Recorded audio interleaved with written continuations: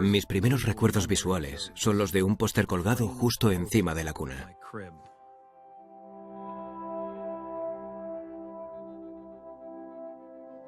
Cada noche lo observaba antes de irme a dormir. Mi padre era distribuidor de cómics clandestino y una especie de camaleón de la contracultura, así lo llamaba yo. Pintó en el estudio de Warhol, compartió habitación con Lou Reed y conocía a Robert Crumb, que fueron grandes artistas de su generación. Crecí rodeado de miles de extravagancias visuales. Por eso no dejaba de observar aquella pintura. El Jardín de las Delicias, de El Bosco.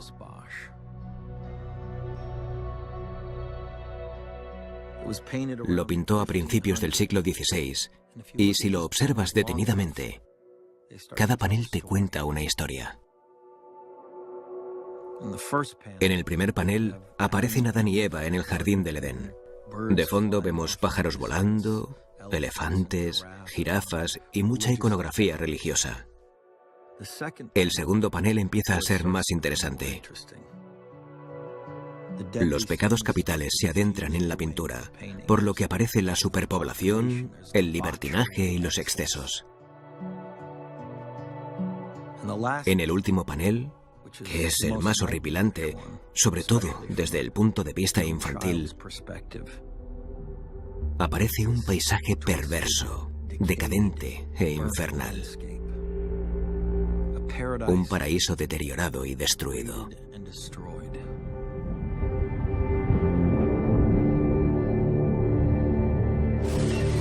Man may be unwittingly changing the world's climate through the waste products of his civilization. The burning of coal, oil, and wood is releasing carbon dioxide into the atmosphere. The greenhouse effect has been detected, and it is changing our climate now. Guess where the temperature goes? It goes up. Climate change is already in our backyard. Official 2012 was the hottest year in the United States. It's 2014. 2015. Warmest year around the world. Warmest year on record. It is his activities which drove mankind out of the Garden of Eden.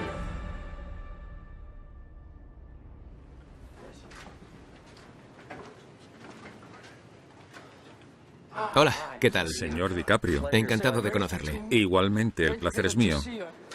Adelante. Esto se mueve, se puede ajustar. Ah, es para controlar la altura. Sí. Para líderes altos y bajos.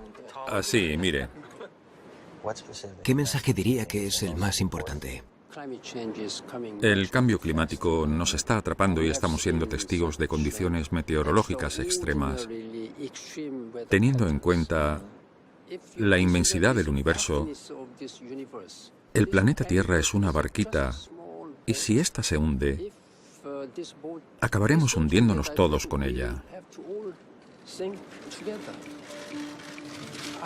Se trata de un ecologista comprometido y verdadero. Por eso valoro en gran medida su liderazgo y posición ante este tema. Démosle la bienvenida al nuevo mensajero de la paz de las Naciones Unidas, el señor Leonardo DiCaprio.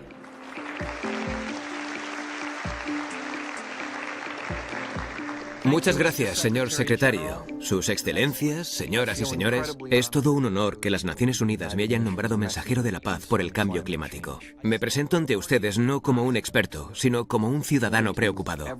Quiero hacer todo lo que esté en mis manos para informarme sobre este asunto, investigar qué está pasando y ver qué se puede hacer. Aunque todo apunta a que está fuera de nuestro control. Me gano la vida como actor. Interpreto papeles ficticios que resuelven problemas ficticios. Y creo que la humanidad ha abordado el tema del cambio climático del mismo modo. No dejamos de oír noticias catastróficas sobre el medio ambiente a diario. Y parece que el problema va empeorando cada vez más. Intenta hablar con cualquiera sobre el cambio climático y verás cómo lo evita. Si la ONU supiera cómo me siento y lo negro que veo el futuro, sinceramente, Creo que se han equivocado de mensajero. Hundreds of thousands took to the streets of New York today, demonstrating for action on climate change. Secretary General Ban Ki-moon called Leo a credible voice in the environmental movement, which is like calling Jeffrey Dahmer a credible voice for Stu. Leonardo DiCaprio has just naively bought into the entire global warming hoax. Who better to educate world leaders on made-up climate change and the crisis that doesn't exist than an actor from Hollywood with 0 years of scientific training?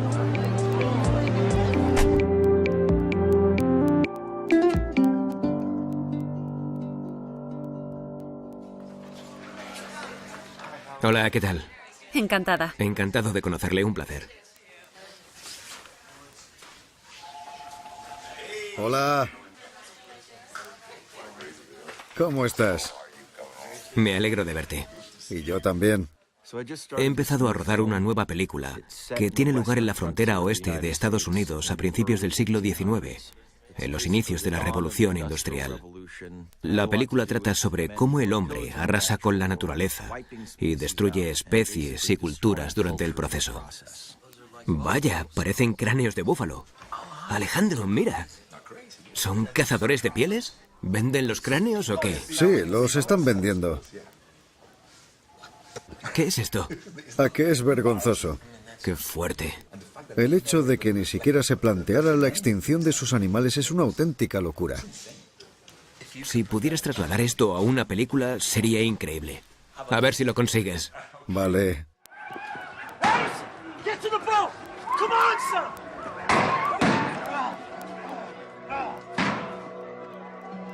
No crecí en un entorno natural. Mi casa estaba cerca del centro de Los Ángeles. Pero mi escapada del fin de semana era ir al Museo de Historia Natural. Desde muy pequeño me empezaron a fascinar las especies que se habían extinguido. Aquellos animales eran geniales, desde el dodo, la paloma migratoria, que era el ave más abundante de la Tierra, hasta el tigre de Tasmania, también conocido como tilacino, o el alca gigante, la cuaga y el moa. Recuerdo la rabia que sentí al leer todas aquellas historias de cómo los exploradores y los invasores habían arrasado y destruido especies enteras, junto con su ecosistema para siempre.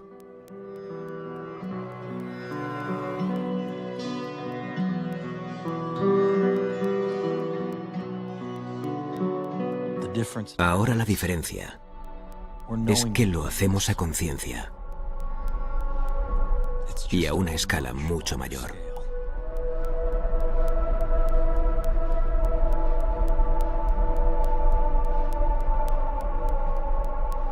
Si queremos luchar de forma eficiente, debemos tener claro que gran parte de nuestra economía se basa en combustibles fósiles como el carbón, el petróleo y el gas natural. El petróleo es la base del sector del transporte. Y el carbón y el gas natural del sector eléctrico. En las primeras décadas del siglo XXI, para no seguir dependiendo de los combustibles fósiles, nos hemos arriesgado a explotar nuevas fuentes. Es decir, destruimos cimas de montañas para conseguir carbón. La fracturación hidráulica. Perforamos el fondo marino para conseguir petróleo. Y lo de las arenas alquitranadas, que es la explotación más devastadora de combustibles fósiles. Destruyen bosques inmensos. Y el agua de los ríos y riachuelos está contaminada, que a su vez acaba con la vida salvaje y las comunidades nativas. Además, se necesita muchísima energía para trasladar el petróleo a los depósitos. Así que no hay combustibles fósiles limpios. Los cascos están colgados ahí detrás. Justo debajo del micro puede ajustar el volumen.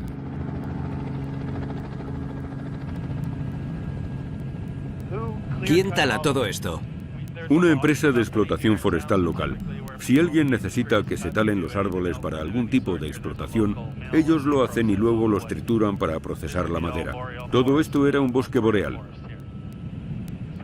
Todo empezó siendo una pequeña operación a finales de los 60. Pero entonces era muy diferente. Hoy producimos 350.000 barriles diarios de crudo sintético. Hay otras empresas, Leonardo, como Exxon, que hace poco ha abierto una nueva mina. Y ahí está Shell. ¿Y las manchas negras son arenas petrolíferas? Sí, el petróleo se ve a simple vista. Lo que hacemos es filtrar la arena y extraer el petróleo. Bombeamos el suelo con vapor y cuando se calienta, el petróleo emerge, se separa de la arena y ya está. Me recuerda a Mordor.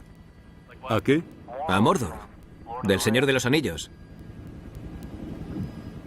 Es una explotación inmensa, es escalofriante. Esto es nuestra explotación minera. También verás la operación de extracción y de refinado. Las operaciones in situ están a unos 70 kilómetros de distancia. Las plantas están conectadas por oleoductos. La verdad es que cuanto más me informo sobre el tema y todo lo que alimenta al problema, más consciente soy de lo poco que sé. No sé absolutamente nada. La primera vez que oí el término calentamiento global, que es como se le llamaba al principio, fue a los 20 años, cuando tuve la oportunidad de hablar con el vicepresidente Al Gore en la Casa Blanca. Primero me dibujó la Tierra en una pizarra, luego le añadió la atmósfera y me dijo que esa capa era el mayor problema de nuestros tiempos. Yo no tenía ni idea de lo que estaba diciendo. Me explicó que todos nuestros medios de transporte, los barcos, los trenes, los aviones, los coches, la forma en la que producimos los alimentos, la forma en la que construimos las ciudades, casi todo eso emite dióxido de carbono, CO2, que provoca un cambio climático en el planeta. Me dijo, los casquetes polares se derretirán, el nivel del mar aumentará, las condiciones meteorológicas empeorarán y habrá inundaciones, sequías e incendios forestales. Parecía una película de ciencia ficción terrorífica. Pero todo lo que dijo era real y está sucediendo ahora mismo.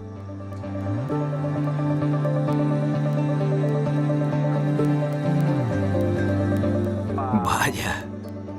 Dios, qué bonito.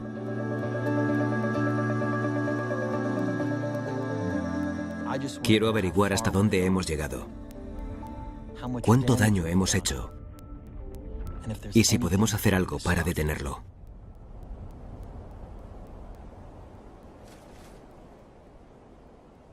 ¿Todo bien? Hoy es 4 de julio y estamos en el Ártico.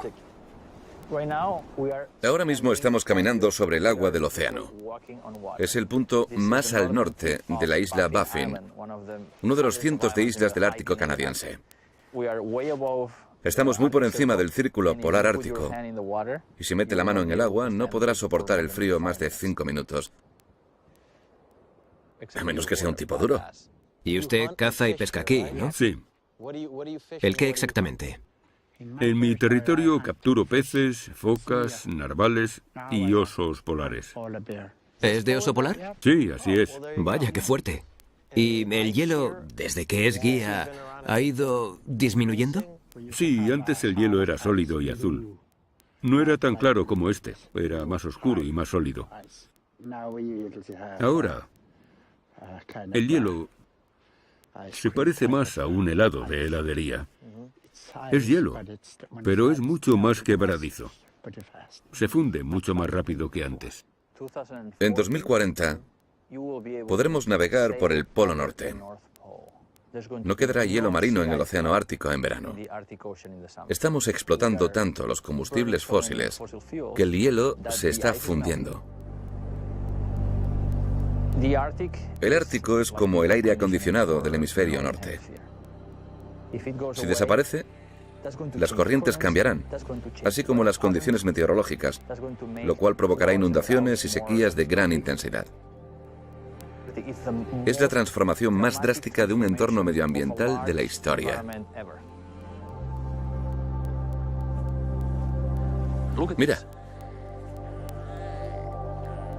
¡Qué cerca están! Hay unos 12.000 narvales en esta región. Aquí todavía sobreviven, pero en otras zonas la población ha descendido. ¡Vaya! ¡Qué pasada! Están esperando a que el hielo se rompa para introducirse en el fondo y alimentarse de lenguados. No me imaginaba que hicieran ese ruido. Increíble. Parece que ronroneen. No quiero vivir en un planeta sin esos animales.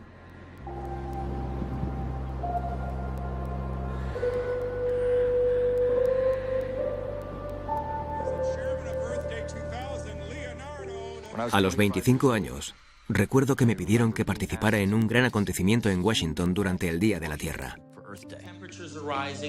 Coral reefs are dying, and not since a meteor hit the Earth 65 million years ago have so many species of plant and animals become extinct in such a short time. Incluso pude entrevistar al presidente de los Estados Unidos. Why do you think this issue is so constantly overlooked?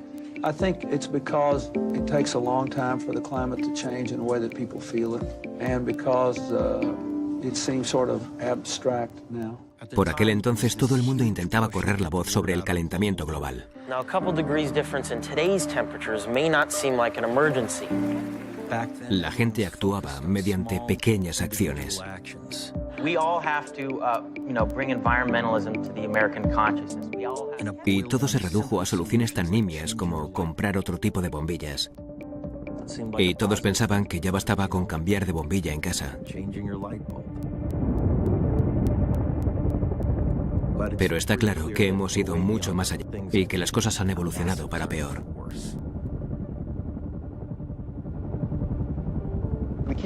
Siguen apareciendo ejemplos que no están en los modelos climáticos que se usan para predecir el futuro. Es decir, las proyecciones del futuro son muy conservadoras. Si el clima sigue con las temperaturas de la última década, Groenlandia desaparecerá. No se acerque a la grieta. ¡Madre mía! No se acerque mucho al borde. Mire qué potencia tiene. Esos rápidos van flechados. Toda esa agua se dirige al mar. Si eso no se equilibra con la nieve, la capa de hielo será más fina y el nivel del mar aumentará. Esa es nuestra estación climatológica. ¿Ah, sí? ¿Eso es una estación? Me había imaginado un iglú gigante lleno de científicos haciendo experimentos. Parece un equipo de buceo hecho añicos. ¿A qué está conectado? Bueno, ahora está todo derretido, pero esta manguera estaba a unos 9 metros de profundidad y ahora se ha fundido todo. Vale, entonces, ¿esa manguera estaba dentro del hielo? Sí, así lo medimos. Así calculan la cantidad de hielo que se ha fundido. Sí.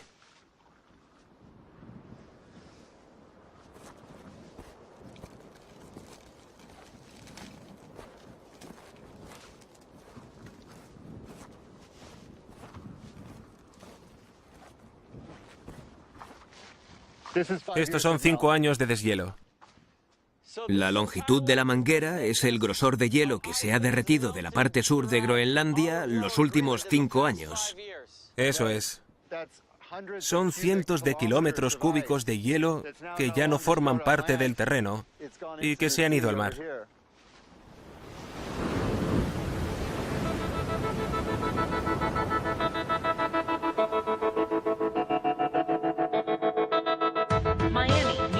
Boston and Long Beach, California, may be doomed to fall victim to ever-rising sea levels.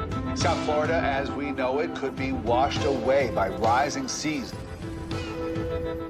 De los lugares más susceptibles al aumento del nivel del mar, sobre todo en Estados Unidos, nos encontramos con Florida. Gran parte de su campaña se basó en hacerle entender a la gente ese riesgo inminente. No podemos permitirnos perder el tiempo debatiendo sobre el cambio climático y el que todavía no se crea que existe está invitado a venir a nuestra ciudad y ver el gran problema al que nos enfrentamos. En esta ciudad existe algo llamado la inundación del día soleado. Imagínese un bonito día y que de repente las calles se inunden. Cuando el nivel del mar aumenta, el agua sube e inunda nuestras calles a través de los desagües. Si la ciudad está inundada, no hay futuro. ¿Cuál es su solución? ¿Qué medidas de prevención se han establecido? Instalar bombas de agua. Venga por aquí. Ah, esa es la bomba. Sí. Estamos instalando este tipo de bombas por toda la ciudad. Esta calle en la que estamos solía estar inundada. Cuando subía la marea, la gente iba en canoa. Así que decidimos elevar las calles. Ahí puede ver la diferencia. Fíjese que hace como una pendiente. Así que la solución ha sido elevar las calles y las bombas de agua eléctricas. Sí, es un proyecto de 400 millones de dólares para toda la ciudad. Y se está financiando mediante el aumento de impuestos. Claro, como ya se imaginará, no fue una medida muy bien acogida por la ciudadanía. Pero estas obras supondrán una gran diferencia. Sí, totalmente. Y les dará un margen. Sin duda, creo que nos dará unos 40 o 50 años de tiempo. ¿Y ya está? Sí.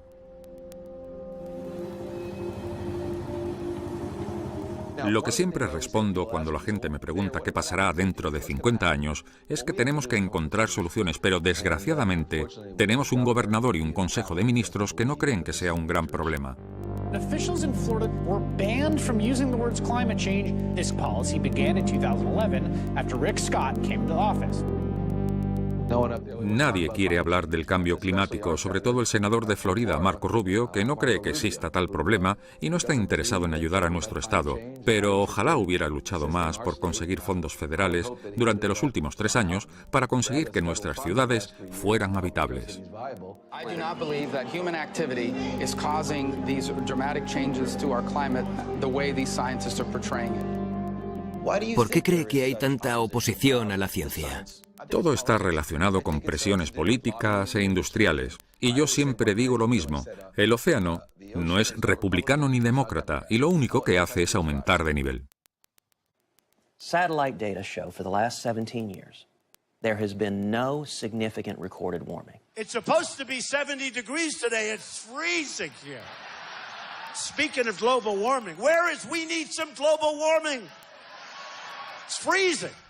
El consenso en la comunidad científica respecto a que el cambio climático ha sido causado por el hombre es el más sólido en toda la historia de la ciencia, incluso más que el de la teoría de la gravedad. El 97% de los climatólogos afirma que el clima está cambiando y es debido a la explotación de combustibles fósiles y a otras acciones humanas.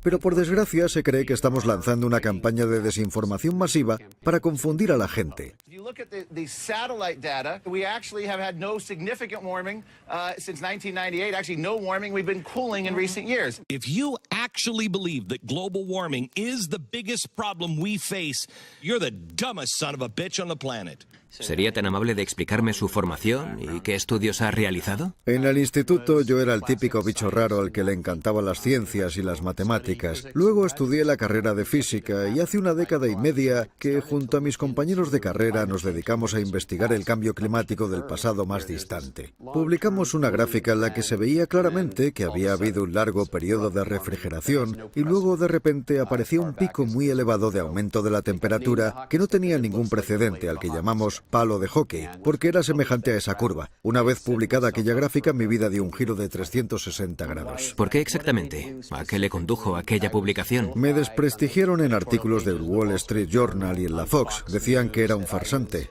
Other German scientists have called it statistical rubbish. He's been called a statistical charlatan. Los diputados me atacaban.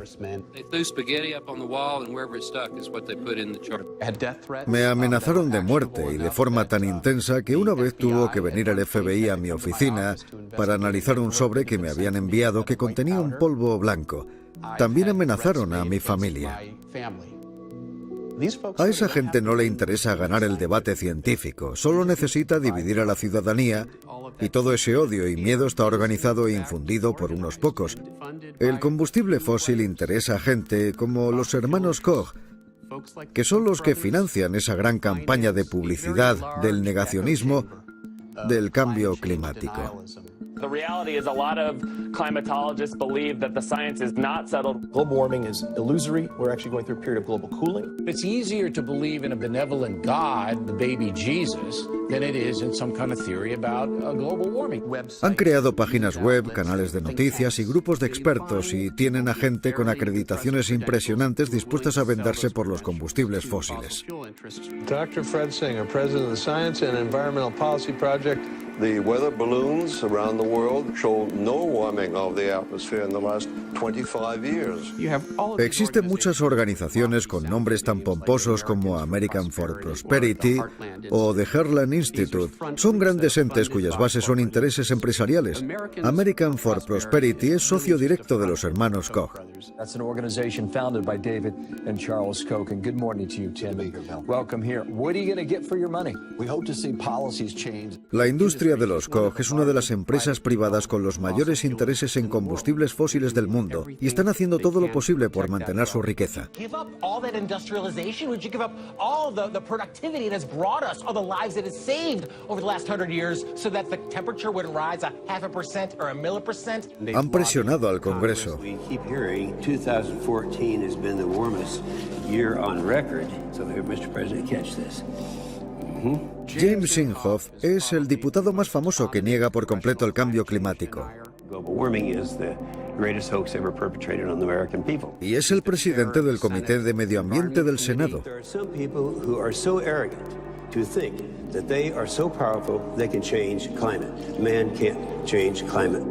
No le sorprenderá saber que James Inhofe es uno de los mayores receptores de dinero procedente de combustibles fósiles en el Senado de los Estados Unidos. Los intereses en el combustible fósil han comprado a nuestra Cámara de Representantes y a la Comisión del Senado sobre Medio Ambiente. Nuestro Congreso no puede promulgar leyes medioambientales porque está formado por diputados que niegan la existencia del cambio climático y bloquean cualquier propuesta de ley que intente abordar este problema. La verdad es que no entiendo cómo pueden desacreditar a científicos que han dedicado su vida a este tema. A mí me dan ganas de darme a la bebida. Normal, si yo fuera científico estaría cabreado todos y cada uno de los días de mi vida. Esa gente se esfuerza al máximo para llevarnos por mal camino, para seguir explotando los combustibles fósiles, de modo que al final acabemos con un planeta destrozado. ¿Puede haber algo más inmoral?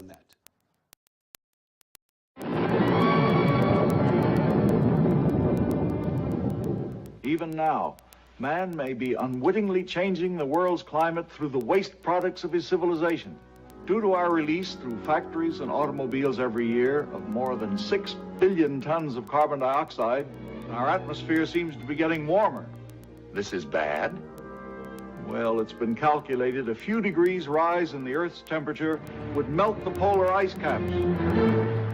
En realidad, conocemos este problema desde hace décadas. Desde hace más de un siglo. Every day I send you 1,000 times more power than you use in a year. Anybody working on getting power direct from old Blowhard here? Oh yes, but not nearly enough. Roll 6B. Imagínense cómo sería el mundo hoy en día si nos hubiéramos tomado en serio las advertencias de la ciencia de entonces. Out of the sunlight that falls on it. But our engineers, they'll have to build efficient generators that spread out over acres, even square miles, to compete with the cheap coal and oil still available to us. Desde entonces, nuestra población ha aumentado en 5.000 millones de personas y suma y sigue. China ha superado a Estados Unidos, siendo el país más contaminante del mundo. Ahora es más complicado resolver el problema.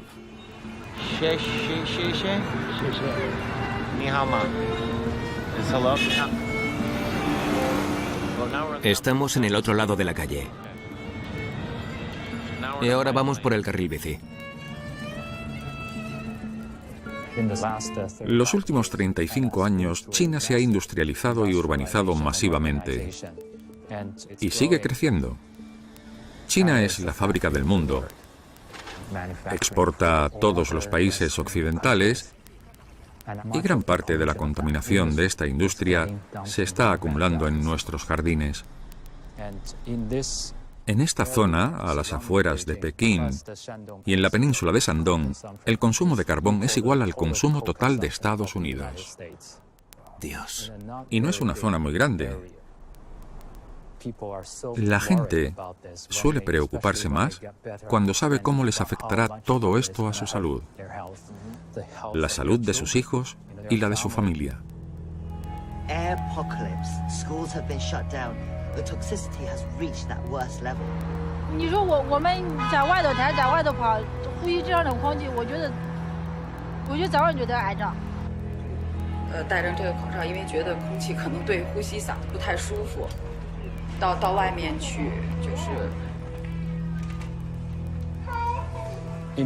En China, a la gente le preocupa el cambio climático, pero sobre todo porque es algo que les afecta a diario.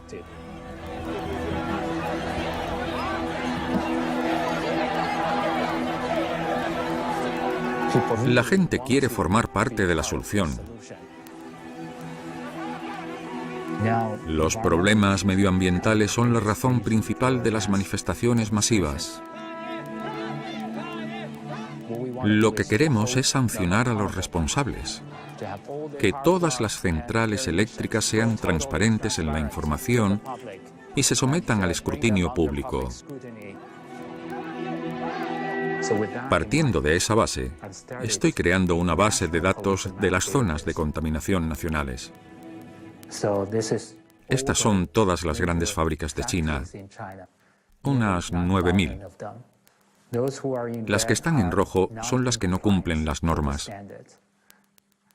Cada hora deben aportar unos datos de seguimiento.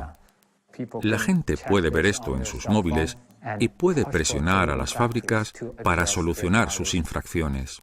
Es una idea brillante. No dejáis que las empresas actúen en la clandestinidad. Y los medios nos ayudan mucho. ¿Los medios chinos hablan del cambio climático con regularidad? Constantemente. Si a la gente le das información, le das el poder. Y ese apoyo de la población ayudó a que se crearan leyes medioambientales en China. El gobierno ha cambiado su programa de energías renovables. ¿La energía solar y la eólica están en alza aquí? ¿Será ese vuestro próximo paso? China cuenta con las empresas de energía solar y eólica más grandes del mundo. Aunque debamos superar grandes retos, como el de la superpoblación, este país va a priorizar en estos dos tipos de energías limpias y no en el carbón. Y si China puede hacerlo, creemos que el resto del mundo también.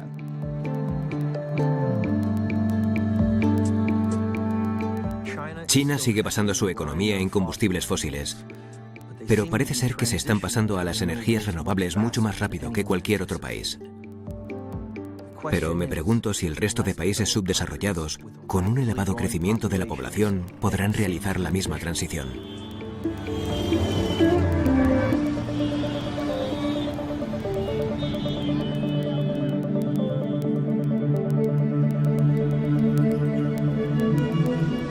India is the world's third largest emitter, yet the country is struggling with massive power shortages and rolling blackouts. India has consistently said that its biggest priority is development and bringing people out of poverty.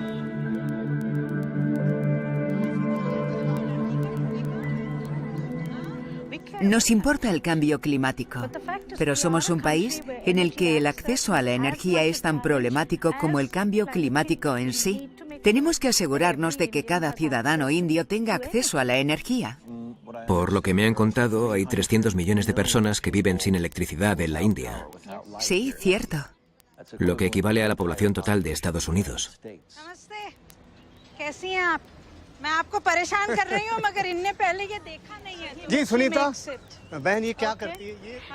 En los pueblos de la India actuales sigues viendo a gente coger heces de vaca y hacer una especie de pasteles o uples en hindú y quemarlos. Y esa es su única fuente de energía para cocinar. Luego cocinan los alimentos sobre ese fuego. Un 30% de los hogares en la India todavía no tiene acceso a la energía. Si queremos que todo el mundo tenga electricidad, hay que asegurarse de que ésta tenga un precio asequible. La India tiene una inmensa reserva de carbón. Contamos con la tercera o la cuarta mayor reserva de carbón del mundo. El carbón es más barato por mucho que no nos guste. Y hay que tener en cuenta ese punto de vista. Si creamos un problema en el pasado, lo volveremos a crear en el futuro. Actualmente existen 700 millones de hogares que cocinan con biomasa. 700 millones de hogares. Si todas esas personas empezaran a usar combustibles fósiles, nos cargaríamos el mundo. Los que vienen y nos dicen que los más pobres del mundo deberían usar la energía solar y que no deben cometer los mismos errores que ellos, ese es el gran discurso de los ingenieros estadounidenses. A esos les digo que si fuera tan fácil me encantaría ver cómo Estados Unidos también usa esa energía solar, pero no lo hace, así que invirtamos el dinero donde toca. Tenemos que poner en práctica lo que predicamos. Siento decirle esto. Y sé que usted es norteamericano, no me malinterprete, pero si siguen derrochando así, le harán un agujero al planeta. Y es de esto de lo que se tiene que hablar. Le voy a mostrar algunos datos. La electricidad que consume un norteamericano es equivalente a 1,5 ciudadanos en Francia, 2,2 ciudadanos en Japón, 10 ciudadanos en China, 34 en la India y 61 en Nigeria. ¿Por qué? Porque ustedes construyen ahora mucho más y consumen mucho más que en el pasado. La verdad es que el estilo de vida y el consumo deberían ser el centro de la cuestión y del debate relacionado con el cambio climático. Sinceramente, no puedo estar más de acuerdo. Es imposible rebatirle. Tiene toda la razón y creo que sí, que es un tema muy peliagudo el pedirle a los norteamericanos que cambien su estilo de vida. Y creo que, muy a mi pesar, eso no va a suceder. Somos dependientes y si queremos resolver esta crisis climática, creo que las energías renovables como la solar o la eólica deberían volverse más y más baratas si les inyectamos dinero. Si invertimos dinero en ellas, se resolverá el problema. Pero veo que no está muy de acuerdo. Sí, este gesto con la cabeza significa que no. Vale. ¿Quién invertirá, Leo? Seamos realistas. ¿Quién invertirá y cómo lo hará? Ya se está invirtiendo en energía solar actualmente. China está invirtiendo más en esa energía que Estados Unidos. ¿Qué está haciendo Estados Unidos para dar ejemplo al resto del mundo? Su país es adicto a los combustibles fósiles y si empiezan a sufrir las consecuencias, es algo de lo que nosotros debemos aprender. Sería un gran avance para la India que todos nos dirigiéramos a nuestro gobierno y les dijéramos: si Estados Unidos puede hacerlo, nosotros también. Lo triste es que no está pasando. Y la gente como yo somos lo suficientemente ricos como para resistir a los primeros golpes del cambio climático. Pero los pobres de la India, los pobres de África y los de Bangladesh son los que están más afectados por los primeros signos de este cambio climático.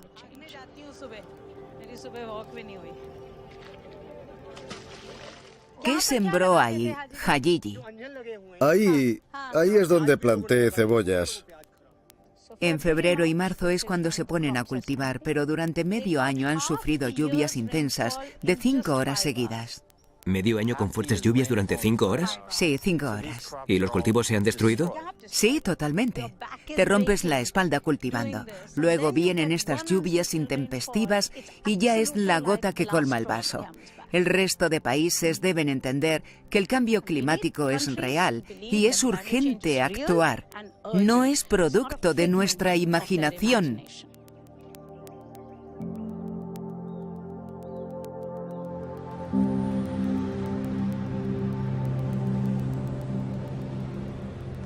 Estados Unidos ha sido el mayor emisor de gases de efecto invernadero de la historia. Y no hay duda de que todos nos hemos beneficiado de los combustibles fósiles. Y yo también. Mi impacto ecológico seguro que es mucho mayor que el de mucha gente. Y hay veces que me pregunto, ¿qué es lo correcto? ¿Qué acciones deberíamos llevar a cabo? Hay más de 1.000 millones de personas sin electricidad que necesitan luz y calefacción.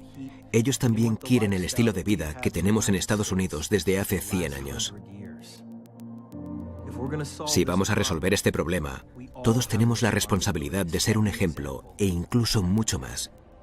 Debemos ayudar al mundo subdesarrollado a vivir esa transición antes de que sea demasiado tarde.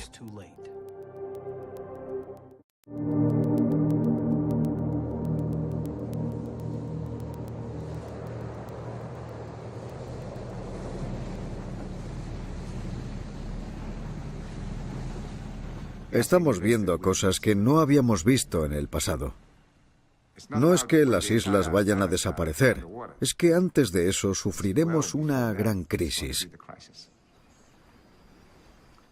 Y ya está sucediendo. En estos momentos estamos sufriendo intensas inundaciones. El agua salada se mezcla en los estanques de agua dulce y luego pasa a ser el agua potable de la gente. ¿La comunidad científica les ha dado algunos datos sobre cuánto tiempo tienen de margen? Según las previsiones que nos ha presentado la ciencia, nuestra isla se inundará y la pregunta es, ¿qué haremos al respecto?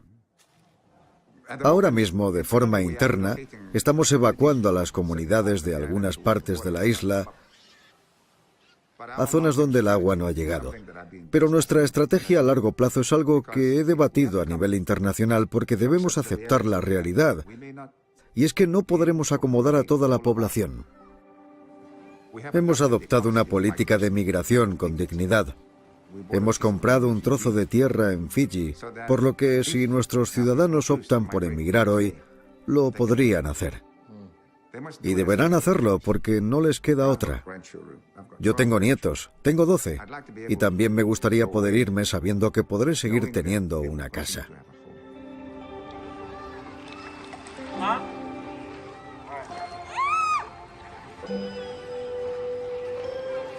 Las islas del Pacífico somos un paraíso en peligro. El nivel del mar ha aumentado en todo Palau y ha inundado cultivos y casas. Es increíble. ¿Cuándo fue la última vez que la isla estaba intacta, con casas y todo? Hace 12 años. Llegabas y había gente viviendo aquí. Tras ese periodo, este es el resultado. Y esto es solo un pequeño ejemplo. Las islas más pequeñas, que son las que menos afectan al clima, son las que van a sufrir más el impacto ecológico, y todo por el calentamiento global.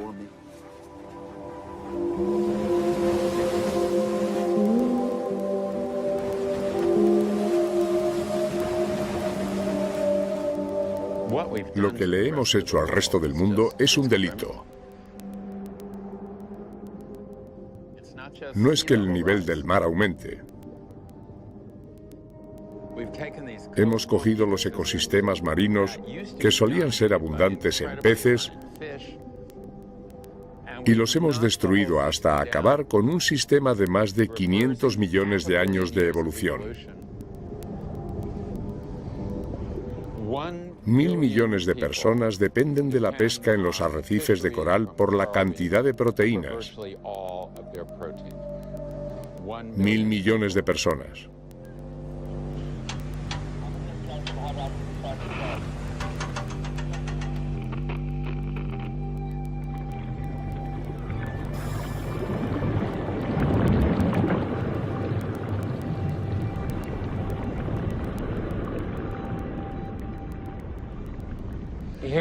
Estamos viendo lo que era un arrecife de coral bastante sano. ¿Nota algo raro? Que no hay ni un animal nadando. ¿Es un coral de arrecife muerto? Sí, ha llegado a su fin. Estamos presionando mucho al sistema porque es un serio problema para la salud de los arrecifes y su capacidad para crecer. Muchas personas han perdido un medio de vida. Está provocando hambruna. ¿Pasa por todos lados? Sí, claro. Creo que los arrecifes, tal y como los conocemos, acabarán desapareciendo. Los océanos son como un gran amortiguador porque absorben el dióxido de carbono, alrededor de 1/3 del CO2 que expulsamos a la atmósfera. Por eso los océanos ayudan a estabilizar el clima. El problema es que el océano no puede hacer su trabajo lo suficientemente rápido con esas emisiones tan elevadas de dióxido de carbono. La vida nunca desaparecerá del océano. Siempre existirá vida ahí abajo, pero puede ser que no sea el tipo de vida que queramos. Puede ser que retrocedamos a como era todo hace 3.000 millones de años y tengamos un montón de lodo.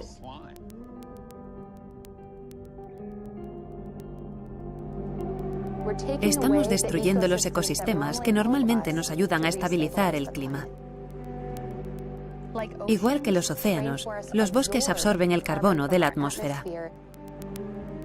Durante décadas, los bosques han absorbido el carbono, lo han almacenado en los troncos, en las hojas y en la materia orgánica.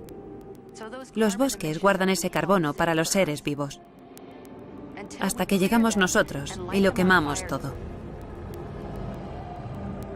Entonces actúa como una bomba y emite unas emisiones de carbono inmensas a la atmósfera. La niebla es muy densa, ¿no? La visibilidad no es muy buena.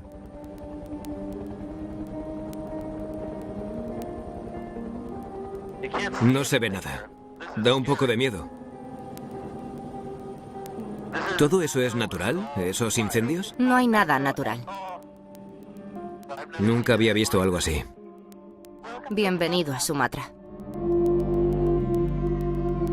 Quedan 3 grandes zonas de selva tropical en el mundo.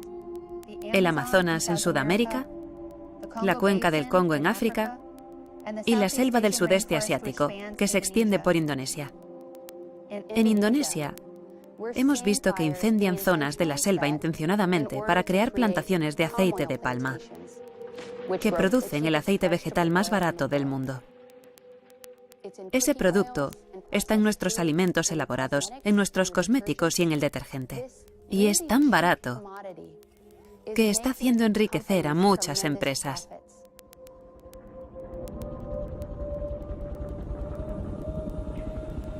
Todos esos árboles en fila de ahí son plantaciones de aceite de palma. Hay miles de plantaciones de aceite de palma. Han destruido gran parte de esta selva. Es increíble.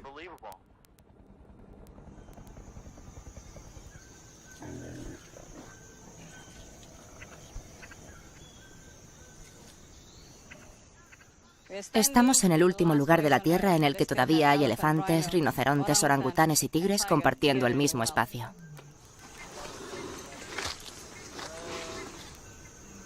¡Qué preciosidad!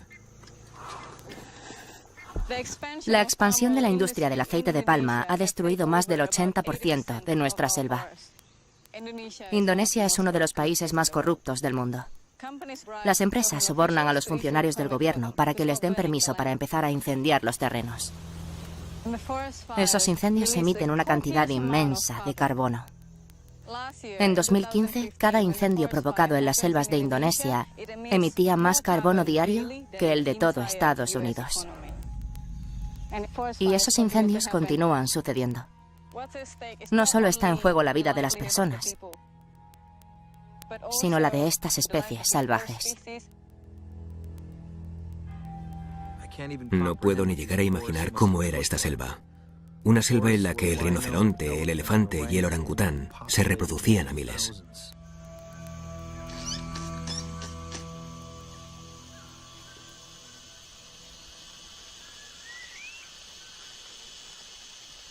Estos animales son un subproducto de la selva que desapareció a causa de la industria del aceite de palma. Son refugiados de una selva que ya no existe.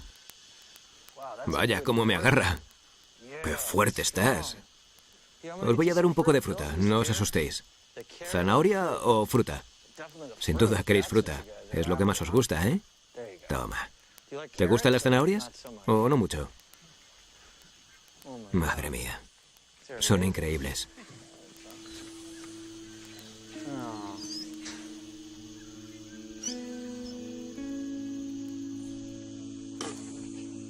Cuando la gente los ve y dice, ¡ay, pobrecitos!, yo les digo que estos animales son unos supervivientes. ¿Qué le ha pasado al resto de orangutanes? Están todos muertos.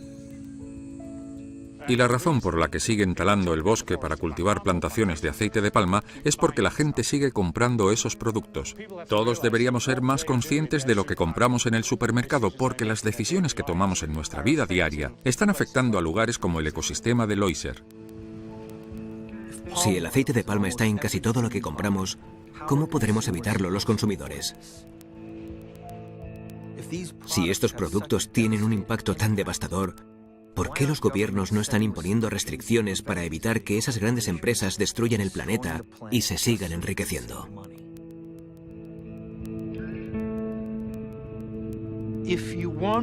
Si quieres hacer algo que no implique acudir a las autoridades, como gobiernos u otros entes, no se me ocurre mejor manera que cambies la dieta. Y puedes empezar hoy mismo. Usted es científico y estudia los efectos de la agricultura en el clima, pero creció rodeado de ganado que luego llevaban al matadero, ¿no?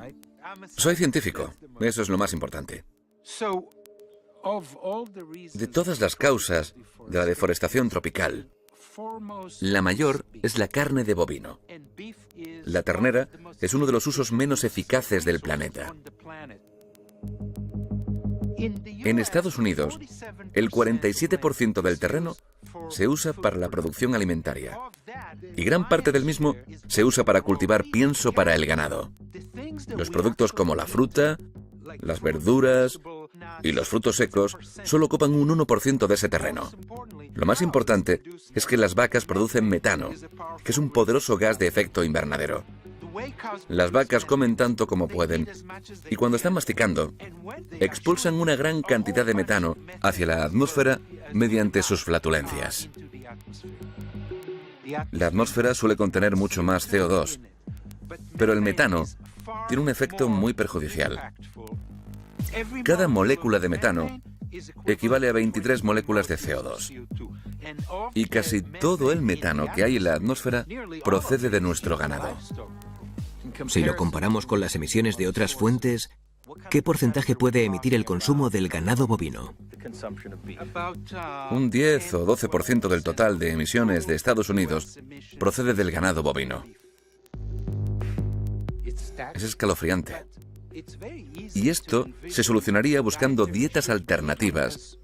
Y no haría falta proponer grandes cambios, simplemente cambiando de carne, incluso pasándonos al pollo.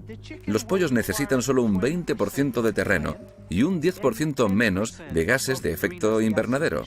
Si compara los campos de arroz, patatas o trigo con los campos del ganado bovino, estos últimos son 50 veces más grandes. Si redujéramos la cantidad de ganado a la mitad o a una cuarta parte, ya sería una gran diferencia. Sí, bastante grande. ¿Cree que sería una alternativa real trigada en nuestra cultura? Quizá no todo el mundo esté preparado para comer tofu todos los días, y lo entiendo. Pero si te gusta la carne, y en vez de vaca comes pollo, ya habrás eliminado un 80% de lo que tú emites, dependiendo de dónde vivas. Seamos realistas, no es tan difícil cambiar un poco de dieta.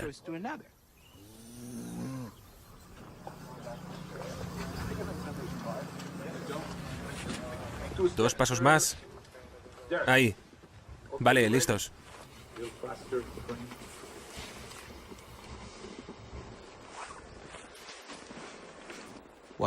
Para la película de El Renacido, en la que el hombre lucha contra los elementos naturales, fuimos a rodar al cinturón de nieve de Canadá. Lo irónico fue que las temperaturas eran tan altas que nuestro escenario se fundió.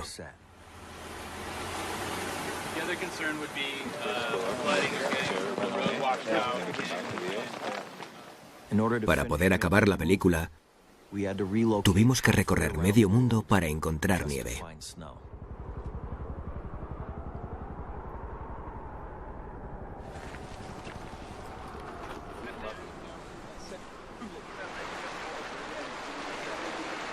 El hecho de que 200 personas tuviéramos que trasladarnos en pleno verano al Ushuaia, a 15.000 kilómetros de donde se suponía que íbamos a rodar hacía 3 meses, Es porque el hielo se estaba derritiendo.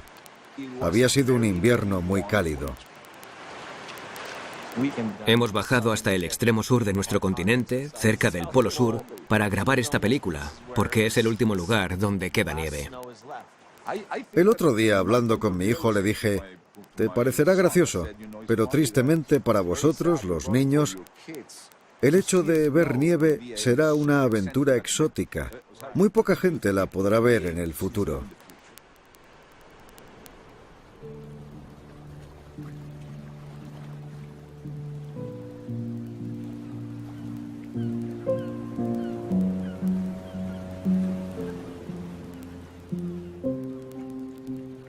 Es como si estuviera en una película surrealista.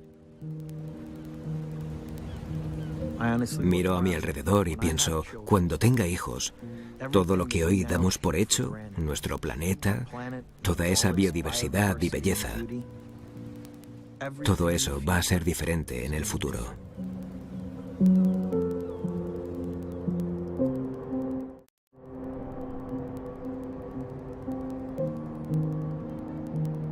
Cada punto de luz que vemos es completamente diferente. Viene de una fuente de energía diferente. Debemos construir de otra manera. Todos los coches que están ahí fuera deben ser reemplazados. Y esto es solo una ciudad. Si observas un mapa de la Tierra de noche, verás un planeta totalmente iluminado por esa electricidad. Queremos luchar contra todas esas empresas con intereses en los combustibles fósiles que quieren seguir lucrándose. ¿Cómo podemos darle la vuelta a todo eso? La industria de los combustibles fósiles es la más grande del mundo. Es el sector más influyente y rico de todos. Así que cuantas más protestas civiles haya contra ellos, mejor. Pero desde un punto de vista científico, vamos por una senda inevitablemente catastrófica. Así que cuanto antes tomemos medidas, menos daño provocaremos.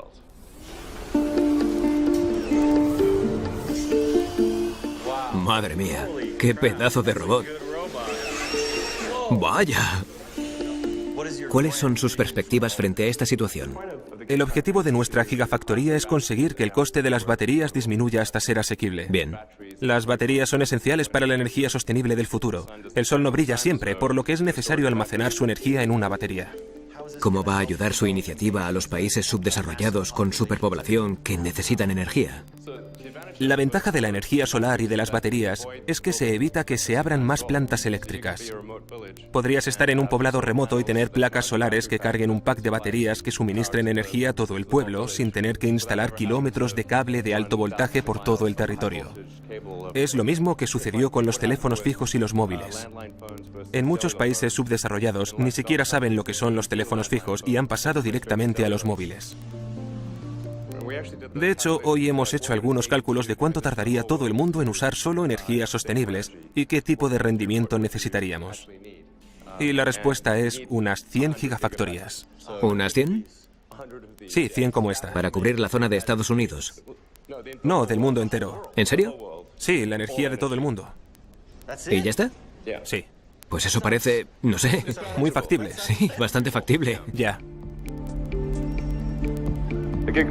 Cuando se acaben las obras de la gigafactoría, será el edificio más alto del mundo. Contará con diversos niveles y una superficie de 15 millones de metros cuadrados. Tesla no puede construir 100 gigafactorías, pero lo que realmente marcará la diferencia será que haya otras empresas mucho más grandes que Tesla que hagan lo mismo. Si las grandes empresas industriales de China, Estados Unidos y Europa y el sector automovilístico también crean estas fábricas, entonces podremos acelerar esa transición al uso de energías sostenibles. Si los gobiernos proponen leyes para favorecer a las energías sostenibles, podremos acelerar ese proceso. Eso es fundamental. A menos que le pongan un precio al carbono. Nunca llegaremos a hacer esa transición a tiempo, ¿verdad? Exacto. Y la única forma de hacerlo es proponer un impuesto sobre el carbono. Vale, que alguien me explique eso del impuesto sobre el carbono, que sería el remedio mágico para el cambio climático. El impuesto sobre el carbono significaría añadirle un impuesto a toda aquella actividad que emita carbono a la atmósfera. Cuando creas un impuesto, aumentas el precio de las cosas y la gente consumirá menos. Esa es la lección número 1 de la clase de economía. Usted imparte clases de economía en la Universidad de Harvard y ha publicado un libro sobre economía moderna, ¿verdad? Como hace años que imparto este curso, decidí escribir un libro. Me han informado de que usted ha trabajado con republicanos de renombre como John McCain, Mitt Romney y George Bush cuando fue presidente. Era el presidente del Consejo de Asesoría Económica. ¿Y por qué no existe ese impuesto sobre el carbono? Porque los políticos no siempre hacen caso a los expertos. La idea es que queremos gravar impuestos en actividades que son perjudiciales para la sociedad. Por eso hemos subido el precio de los cigarrillos creando un impuesto para ello. De esa manera la gente los consume menos. El cambio climático presenta varios efectos negativos y costes a la sociedad. Un impuesto sobre el carbono forzaría a la gente a tener en cuenta ese gasto. Creo que intentar reclamar la responsabilidad social a las personas es muy difícil porque suelen tener vidas complicadas y tienen muchas cosas de las que preocuparse. No quieren tener que pensar en el cambio climático cada vez que toman una decisión. No pueden. Aunque cada vez que usas el coche deberías de estar pensando, ¿qué le estoy haciendo al clima? Lo que haría ese impuesto sobre el carbono sería llevarnos por el buen camino. Vale, a ver si lo entiendo. Usted es republicano, pero ¿quién quiere pagar más impuestos? Algo que hay que tener en cuenta es que si existiera ese impuesto sobre el carbono, se podrían recortar otros impuestos para equilibrarlo. Por ejemplo, los salariales. Habría un cambio en lugar de un aumento de impuestos. ¿Cree que sería posible aprobar un impuesto sobre el carbono, teniendo en cuenta la situación política? Si ni la mitad de los diputados cree en el cambio climático. Durante la campaña, el presidente Obama no quiso usar el término impuesto sobre el carbono porque lo habrían masacrado en los sondeos. Si queremos cambiar el punto de vista del presidente respecto a este tipo de impuesto, hay que cambiar el punto de vista de la sociedad sobre el mismo. Piense en el matrimonio gay y recuerde cuando Barack Obama se manifestó en contra del mismo. ¿Cuándo cambió de opinión? Cuando los sondeos cambiaron. Aunque llamemos a los políticos nuestros líderes electos, en realidad son nuestros seguidores electos. Hacen lo que la gente quiere que hagan. Una vez que la sociedad esté convencida, entonces los políticos seguirán sus órdenes. President Obama and representatives from nearly 200 other countries are trying to reach an agreement to keep global warming in check. In December, the world will come together at the UN Climate Conference in Paris, and we will see whether or not we can muster the collective political will to reach an ambitious, comprehensive agreement. This is a critical year. Leo, ¿qué tal estás? Gracias por concederme la entrevista. La última vez que nos abrazamos provocamos casi un escándalo. Tú y yo tenemos peligro. ¿En serio? Ah, sí, es verdad. Se me había olvidado. Un placer verle de nuevo, secretario. Tras décadas de negociaciones fallidas, ¿en qué se diferencia la negociación actual del resto? Recuerdo las imágenes de George Bush Sr. cuando dijo que acababan de descubrir qué era eso del calentamiento global. We come to Rio proud of what we have accomplished and committed to extending the record on American leadership on the environment. Ha habido una cumbre de la Tierra tras otra y las acciones han brillado por su ausencia. Bueno, le voy a explicar por qué esta vez sí que es diferente. El año pasado el presidente Obama se reunió en Pekín con el presidente de China, Xi, y anunció una reducción de las emisiones para la cumbre de París.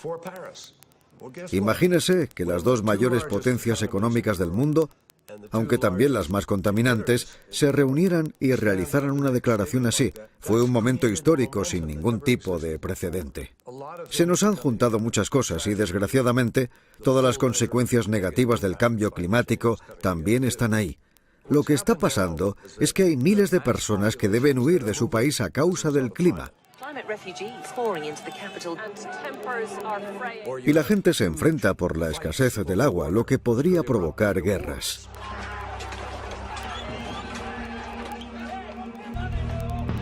Y cualquier filosofía extremista podría aprovecharse de las personas que no tengan dónde vivir y los sitúe en una situación muy vulnerable. Puedo asegurarles a todos esos escépticos del cambio climático que esto sucede hoy en día, y el mayor miedo es que no sepamos dejarles un planeta a nuestras generaciones futuras, tal y como se nos fue dado.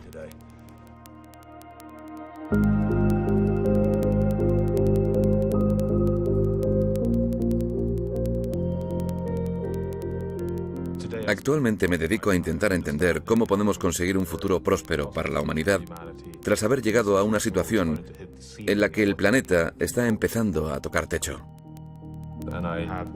Tengo el privilegio de presidir una organización llamada Liga de la Tierra, que es una red de los principales científicos del sistema terrestre que trata de reunir todo el conocimiento sobre la comprensión de nuestro futuro en la Tierra. Durante este siglo la temperatura va a aumentar una media de 4 grados. Nunca hemos vivido un aumento de temperatura así desde hace unos 4 millones de años. Y obviamente no tenemos testigos directos de esa época. ¿Me podría describir cómo será el mundo si no actuamos? Para empezar, durante los últimos 12.000 años, las temperaturas han sido milagrosamente estables. De hecho, las temperaturas medias han variado solo 1 grado bajo cero durante todo ese periodo. Era un planeta perfecto con una atmósfera perfecta. Exacto, pero veamos qué le ha pasado a la temperatura. ¿Dónde estamos ahora mismo? Bueno, actualmente nos acercamos al grado centígrado. Por ahora son 0,85 grados, pero ya estamos observando algunas consecuencias antes de lo que esperábamos. This storm is so big, so vast, 60 million Americans will feel its power. We're in an historic drought. Los arrecifes de coral han empezado a desaparecer antes de ese aumento de 2 grados. Y las predicciones son de 1,5 a 2 grados, así que... Eso ya está pasando. Eso es lo que pasará probablemente. Es lo que pasará probablemente. Si hay un aumento de 3 o 4 grados, habrá olas de calor que provocarán que muchas zonas sean inhabitables. La agricultura desaparecerá de la zona del Ecuador, lo que nos hará responsables de la incapacidad de alimentar a la humanidad. A los científicos les preocupa que pueda llegar un punto en el que la Tierra tome el control y empiece a reforzar el calentamiento. Eso es lo que llamamos puntos de inflexión, y el más obvio es el de Groenlandia. Por primera vez, la superficie de Groenlandia ha empezado a derretirse hasta tal punto que, en vez de ser una superficie blanca, se está oscureciendo. Y de repente, en vez de ser un agente refrigerador, es un calentador. ¿Porque ya no hay hielo que actúe como un espejo? Sí, por el cambio de color. Por el cambio del color del hielo. Eso es. De repente, toda esa energía empieza a introducirse en el terreno, y el metano atrapado bajo el suelo permanentemente congelado se descongela hasta que acaba siendo expulsado. Lo que calentaría incluso más el planeta y se emitiría más metano. Exacto. Eso pasaría si no actuamos de forma inmediata. Sí, pero a nadie le importa. Aunque si en la cumbre sobre el clima de París, que tendrá lugar en diciembre, los líderes mundiales llegan a acuerdos y abren una ventana, aunque sea pequeña, podríamos revertir el proceso para conseguir estabilizar el planeta. En la última cumbre no se llegaron a grandes soluciones relacionadas con las energías limpias o la alta tecnología. Pero en París vamos a ver esto y lo vamos a comprobar. Si te levantas en Alemania un sábado por la mañana, un 30% de la electricidad de tu casa proviene de energía solar y eólica, y no de un par de generadores, sino de más de 2 millones de ciudadanos conectados a una red de placas solares. Dinamarca, algunos días, produce actualmente más del 100% de su electricidad mediante energía eólica.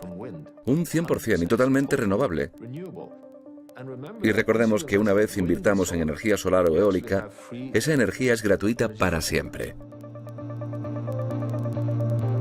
En países como el mío, Suecia, hubo una revuelta de la sociedad. Desde grupos de jóvenes hasta organizaciones ciudadanas, llegaron a presionar tanto que el presidente del gobierno anunció hace 3 semanas que Suecia se va a convertir en el primer país del mundo que no usa combustibles fósiles. Enhorabuena. Me sorprendió el hecho de que fuera una acción que se impulsara desde abajo. Creo que hemos redirigido el mundo hacia un futuro sostenible. Pero el miedo es que lo estemos haciendo demasiado lento.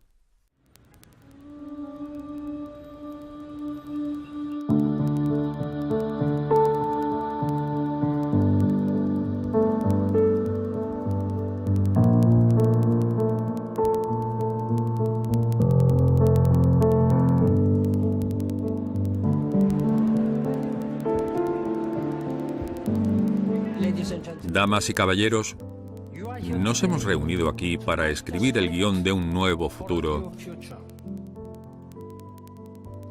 El destino de nuestro planeta está en sus manos. Soy una chica con grandes sueños que viene de Majuro, una de las Islas Marshall.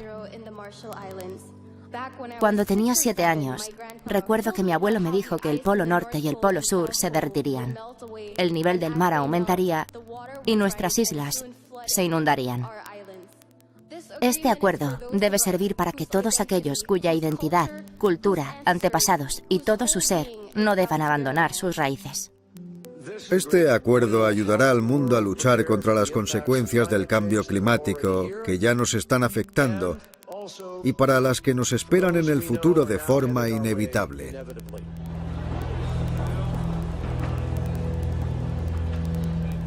Tras un cuarto de siglo de negociaciones sobre el clima, por fin ha llegado este momento crucial en París,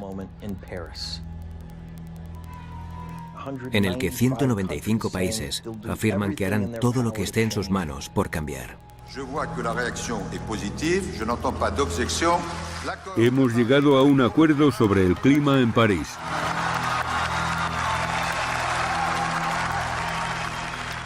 No hay duda de que este acuerdo es un gran paso hacia adelante. ¿Pero será suficiente? The Paris Agreement calls for keeping climate warming to well below 2 degrees Celsius, while striving for 1.5. There's no mention of a carbon tax. There's no mention of any penalties. There are no enforcement provisions. Tenemos que tener fe en que todos esos países van a cumplir lo que han prometido. ¿Pero lo acabarán haciendo? This is an unattainable deal that Congress has already voted to reject. The fact that we're going to have a 26 to 28% reduction in CO2 emissions, that isn't going to happen. I chair the committee that has jurisdiction over the Environmental Protection Agency.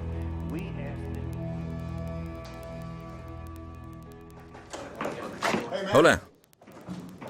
¿Cómo le va? Bien, gracias. ¿Todo bien? Sí, muy bien. Bien. Adelante. El Acuerdo de París fue un acuerdo histórico. No porque nos haya dirigido por el buen camino, sino porque, por primera vez, ha fijado unas directrices verificables a todos los países para conseguir lograr sus objetivos y se ha creado la estructura que nos permite lidiar seriamente con este problema. ¿Entonces le pareció bien el acuerdo final? Me parece bien que hayamos creado esa estructura. Aunque los objetivos que se han establecido en París no son suficientes para solucionar el problema, según nos ha explicado la comunidad científica. Pero si en los próximos 20 años podemos aplicar las tecnologías existentes para reducir las emisiones de carbono y empezar a revertir el proceso lentamente, a medida que aparezcan nuevas tecnologías de manera que cada año contemos con objetivos cada vez más ambiciosos, entonces no creo que acabemos con el cambio climático porque es inevitable, pero sí que podemos conseguir evitar que sea tan catastrófico. Sin embargo, sus iniciativas medioambientales no están siendo muy bien acogidas por la oposición. Tenemos a algunos en contra, ¿cierto? Entonces, todos esos altos cargos del Congreso que niegan la existencia del cambio climático, ¿tienen la capacidad y el poder para desvirtuar cualquier esfuerzo? Por muchas campañas que lancen esos altos cargos, negando la existencia del cambio climático, al final se toparán con la realidad en las narices.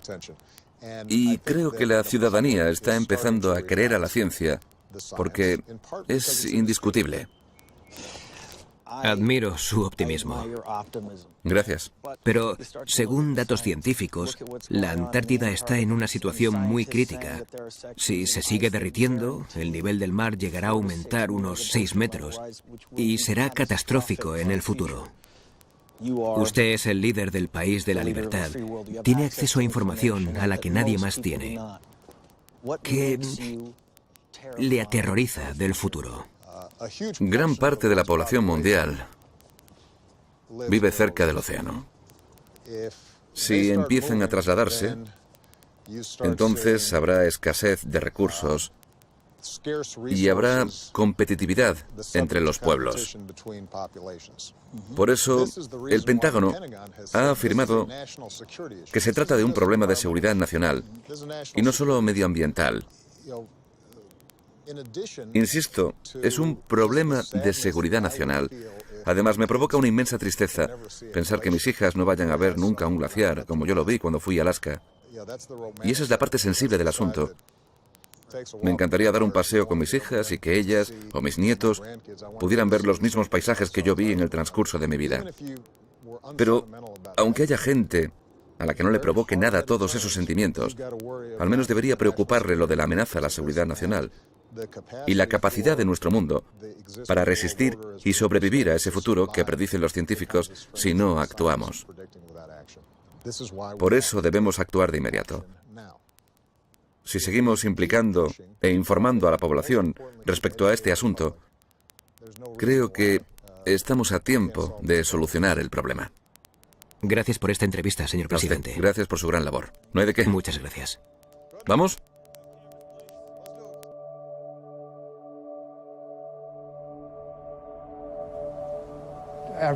Me he dado cuenta de que los científicos hemos fallado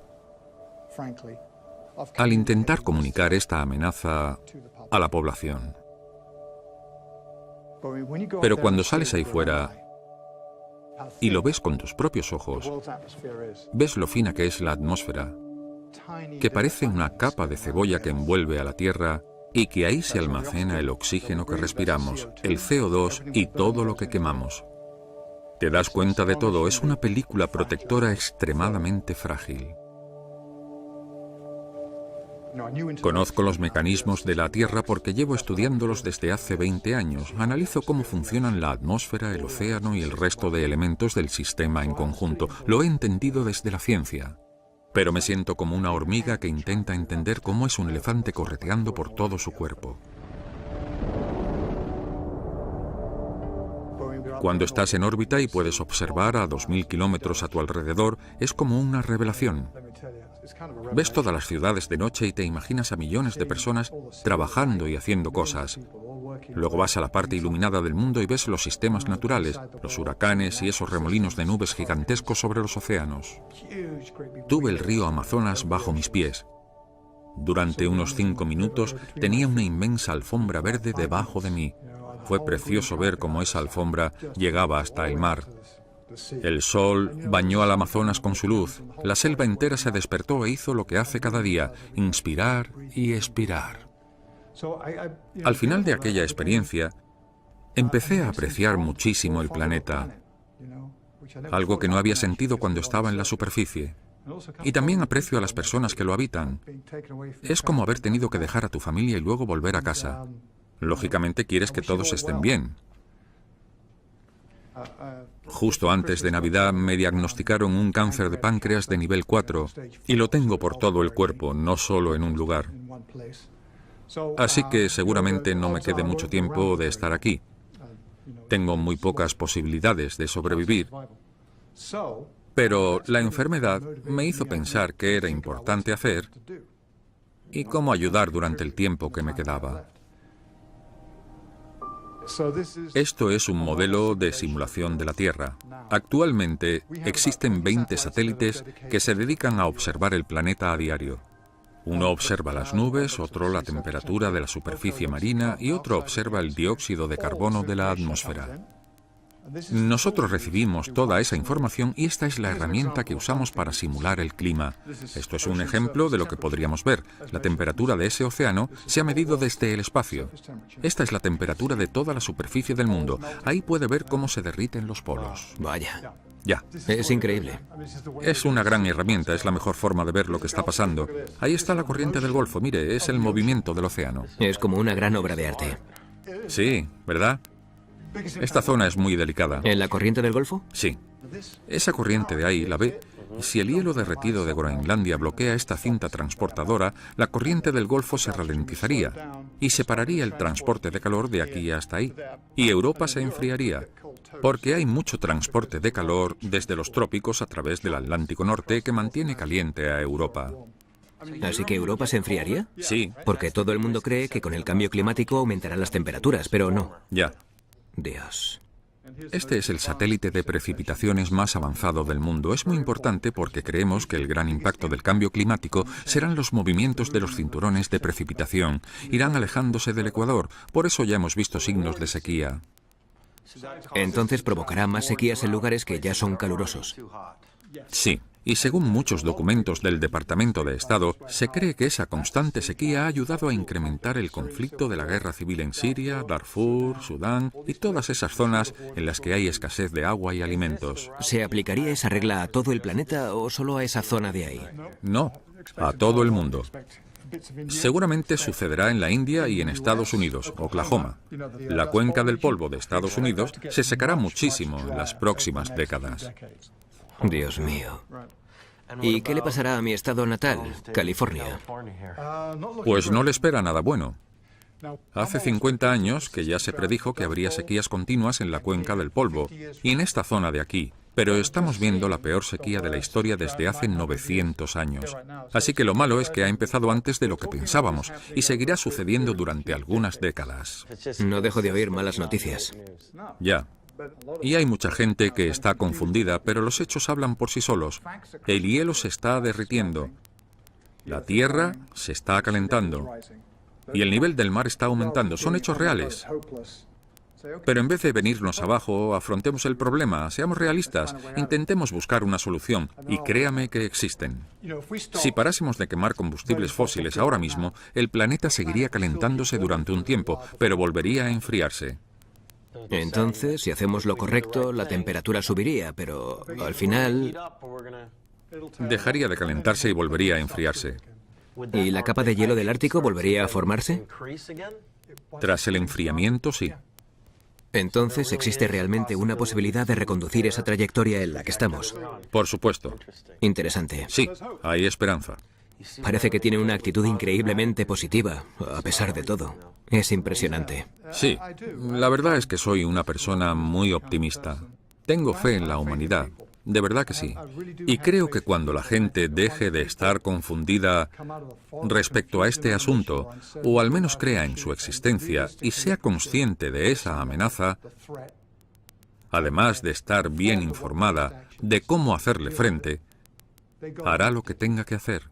Y lo que parecía que era imposible, se hará realidad.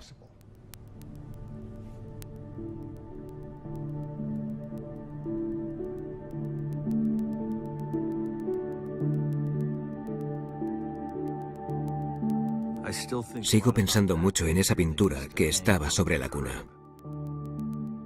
Pues la historia del Jardín de las Delicias en realidad empieza fuera del cuadro, donde el Bosco pintó una perspectiva de nuestra Tierra el tercer día de su creación.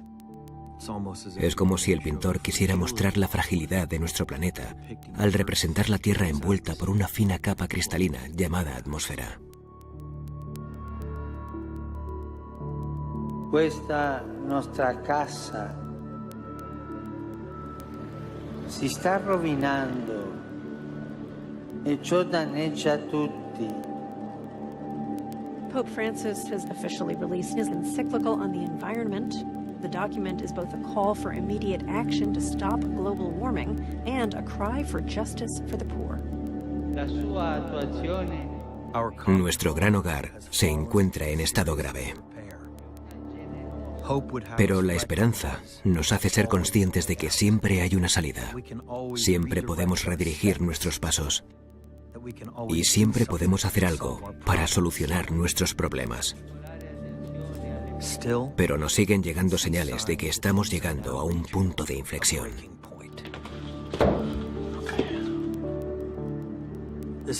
Es un mensaje directo del Papa. Es algo inaudito.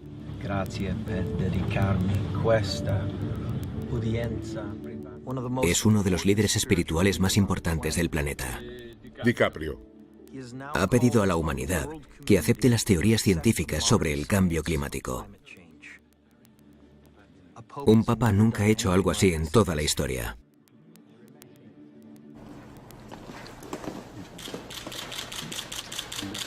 Sua Santità, grazie per dedicarmi questa udienza privata con lei. Poder sentarme a conversar con el Papa fue una experiencia muy profunda.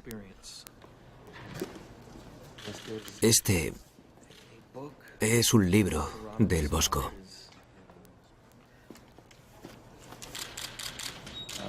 La pintura estaba sobre mi cuna cuando era niño. Gracias.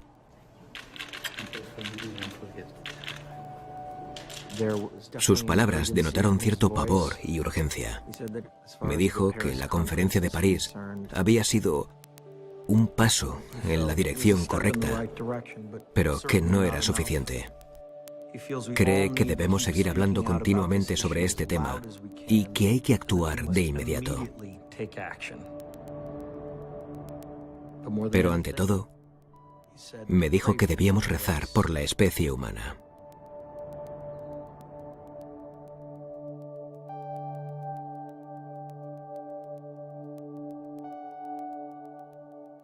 Después de todo lo que he visto, es obvio que ya no vivimos en esa representación del Edén virginal. Estamos en el panel central, ese al que el Bosco denominó la humanidad antes del diluvio.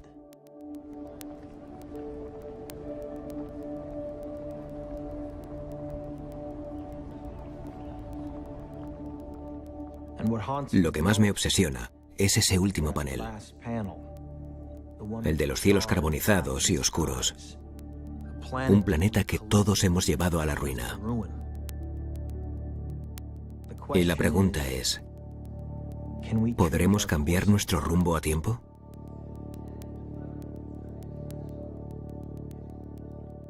Si esto fuera una película, podríamos escribir el final del guión y nos inventaríamos una solución para todo esto.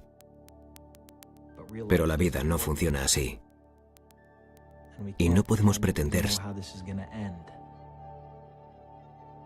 Lo único que podemos hacer es controlar nuestras próximas acciones. ¿Cómo vamos a vivir nuestras vidas? ¿Qué vamos a consumir? ¿Cómo vamos a comprometernos? ¿Y cómo vamos a usar nuestro voto para decirles a nuestros líderes que sabemos la verdad sobre el cambio climático? El último ponente de esta ceremonia es una persona que ganó el premio al mejor actor por la Academia y el recién nombrado mensajero de la paz de las Naciones Unidas, el señor Leonardo DiCaprio.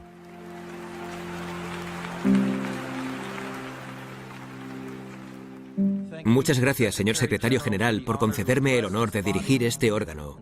Y a los líderes distinguidos y reunidos hoy aquí, dispuestos a pasar a la acción. Llevo 2 años viajando por el mundo como mensajero de la paz de la ONU. He visitado ciudades como Pekín, atrapada por la contaminación industrial. He visto bosques boreales milenarios en Canadá, arrasados por completo, y selvas en Indonesia que han sido incineradas. En la India conocí a agricultores cuyas cosechas habían desaparecido literalmente. En Norteamérica, el aumento del nivel del mar inundó las calles de Miami. En Groenlandia y en el Ártico, me quedé petrificado cuando vi glaciares milenarios desapareciendo mucho más rápido de lo que se había predicho científicamente. Todo lo que he visto y he aprendido en este viaje me ha horrorizado muchísimo. Piensen en la vergüenza que nos dará cuando nuestros hijos y nietos echen la vista atrás y se den cuenta de que teníamos los medios para frenar este escenario devastador, pero no aunamos esfuerzos políticos para hacerlo. Sí, hemos llegado a un acuerdo en París. Se han reunido muchos países para firmar este acuerdo en el día de hoy, por una de las mayores causas en la historia de la humanidad, y eso es esperanzador. Pero desgraciadamente, está comprobado que esto no será suficiente. Hay que impulsar un cambio radical de inmediato, uno que nos lleve a una nueva conciencia colectiva, una nueva evolución en común de la especie humana, inspirada y motivada por ese sentimiento de urgencia de todos ustedes. Podemos darnos la enhorabuena hoy, pero no significará absolutamente nada si vuelven a sus países y dejan de luchar más allá de las promesas de este histórico acuerdo. Tras 21 años de debates y conferencias, ha llegado el momento de dejarnos de charlas. No más excusas. No más estudios a 10 años vista. No permitamos que las empresas de combustibles fósiles manipulen y dirijan a la ciencia y a políticas que afectan a nuestro futuro. El mundo les observa. Las generaciones futuras les alabarán o les denigrarán. Ustedes son la última esperanza de la Tierra y les pedimos que la protejan. Si no, la humanidad y el resto de especies seremos historia.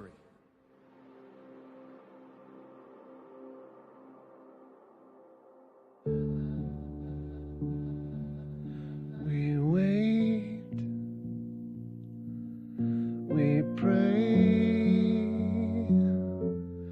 for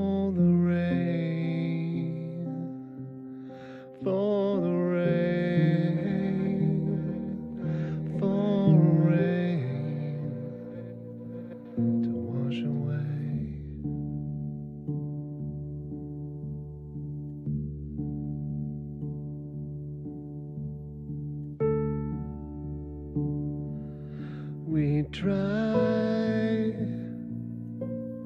deny to believe, we can't believe in anything.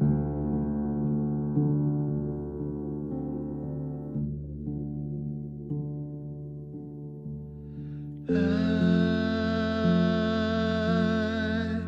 don't wanna say goodbye.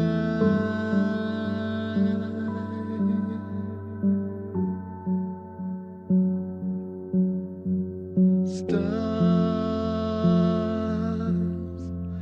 falling from the sky.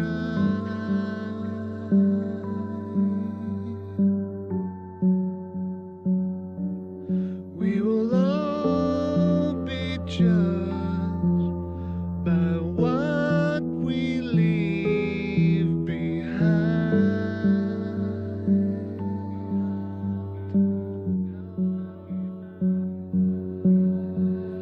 I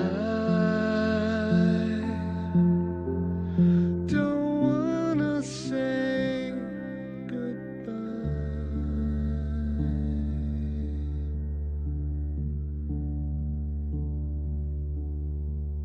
Hey,